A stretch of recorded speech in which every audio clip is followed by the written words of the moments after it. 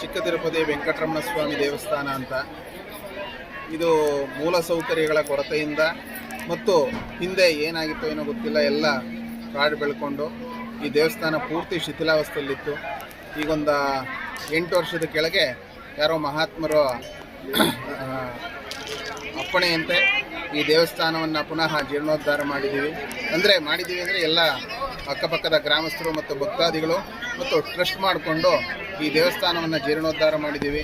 ಬರ್ತಾ ಬರ್ತಾ ಈ ದೇವಸ್ಥಾನಕ್ಕೆ ಭಕ್ತಾದಿಗಳು ಹೆಚ್ಚಾಗ್ತಾಯಿದೆ. ಈ ಮೂಲ ಇಲ್ಲಿ ಸ್ಥಳ ಮಹಾತ್ಮೆ ಏನು ಅಂತಂದರೆ, ಹಿಂದೆ ತಿರುಪತಿಗೆ ಕಾಲ್ನಡಿಗೆಯಲ್ಲಿ ಹೋಗಬೇಕಾದಂಥ ಜನಗಳು ಅಂದರೆ ಭಕ್ತಾದಿಗಳು ಎಲ್ಲ ಹೆಂಗಸರು ಮಕ್ಕಳನ್ನೆಲ್ಲ ಪೂರ್ತಿ ತಿರುಪತಿಗೆ ತನಕ ಕರ್ಕೊಂಡು ಹೋಗೋಕ್ಕಾಗದೇ ಇರೋಂಥ ಸಂದರ್ಭದಲ್ಲಿ ಇಲ್ಲಿಗೆ ಬಂದು ಅರ್ಧ ಯಾತ್ರೆ ಮುಗೀತು ಅಂತ ಹೇಳ್ಬಿಟ್ಟು ಇಲ್ಲಿಂದ ಗಂಡಸರು ಮುಂದಕ್ಕೆ ದಾಸಪ್ಪನ ಮುಖಾಂತರ ಎಲ್ಲ ತಿರುಪತಿಯೆಲ್ಲ ದರ್ಶನ ಮಾಡ್ಕೊಂಡು ಬರ್ತಾಯಿದ್ರು.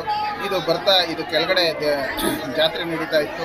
ಈಗ ಒಂದು 7-8 ವರ್ಷದಿಂದ ಇಲ್ಲಿ ಎಲ್ಲ ದೇವಸ್ಥಾನವನ್ನು ಪುನಃ ಜೀರ್ಣೋದ್ಧಾರ ಮಾಡಿ ಈಗ ಇಲ್ಲೇ ದರ್ಶನವನ್ನು ಮತ್ತು ಜಾತ್ರೆಯನ್ನು ಮಾಡೋ ಥರ ಆಗಿದೆ. ಎಲ್ಲ ಭಕ್ತಾದಿಗಳ ಸಹಕಾರದಿಂದ ಇಷ್ಟು ಮಾತ್ರ ಆಗಿದೆ. ಮತ್ತು ಇಲ್ಲಿ ಮೂಲ ಸೌಕರ್ಯಗಳ ಕೊರತೆ ಇದೆ. ಏಕೆಂದರೆ ಬರ್ತಾ ನೋಡ್ಬೋದು ನೀವು, ದಾರಿಗೆ ಸಮಸ್ಯೆ ಇದೆ, ಅಂದರೆ ರೋಡ್ ಇಲ್ಲ ಕ್ಲೀನಾಗಿ, ನೀರಿನ ಸಮಸ್ಯೆ ಇದೆ. ಮತ್ತು ಇನ್ನೊಂದು ಪುಷ್ಕರಣಿಯನ್ನು ಮಾಡಬೇಕು ಅಂದ್ಕೊಂಡಿದ್ದೀವಿ. ಅಂದರೆ ಮುಡಿಯೆಲ್ಲ ಮಾಡಿಸಿದಾಗ ಅವರ ಸ್ನಾನಕ್ಕೆ ಮತ್ತೊಂದಕ್ಕೆ ಪುಷ್ಕರಣಿ ಅಂದರೆ ಕಲ್ಯಾಣಿಯನ್ನು ಮಾಡಬೇಕು ಅಂದ್ಕೊಂಡಿದ್ದೀವಿ. ಇದಕ್ಕೋಸ್ಕರ ಎಲ್ಲ ಭಕ್ತಾದಿಗಳು ಮತ್ತು ಸರ್ಕಾರದ ಸಹಾಯದಿಂದ ಇನ್ನೂ ಅಭಿವೃದ್ಧಿ ಆಗೋ ಕೆಲಸಗಳು ತುಂಬ ಇದೆ.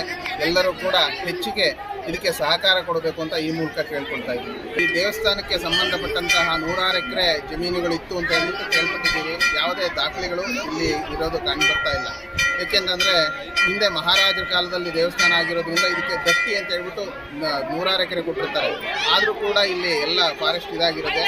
ಆದರೆ ಈಗಲೂ ಕೂಡ ನೆಡುತೋಪು ಸರ್ಕಾರದ್ದು ಅಂತ ಹೇಳ್ಬಿಟ್ಟು 41 ಎಕರೆ ದೇವಸ್ಥಾನಕ್ಕೆ ಸರ್ಕಾರದಿಂದ ಮಾಡಿಸ್ಬೇಕು ಅಂತ ಇದ್ದೀವಿ. ಅದು ಕೂಡ ಮುಂದಿನ ದಿನಗಳಲ್ಲಿ ಸರ್ಕಾರದ ಪ್ರತಿನಿಧಿಗಳ ಅವರ ಸಹಕಾರದಿಂದ ಈ ದೇವಸ್ಥಾನ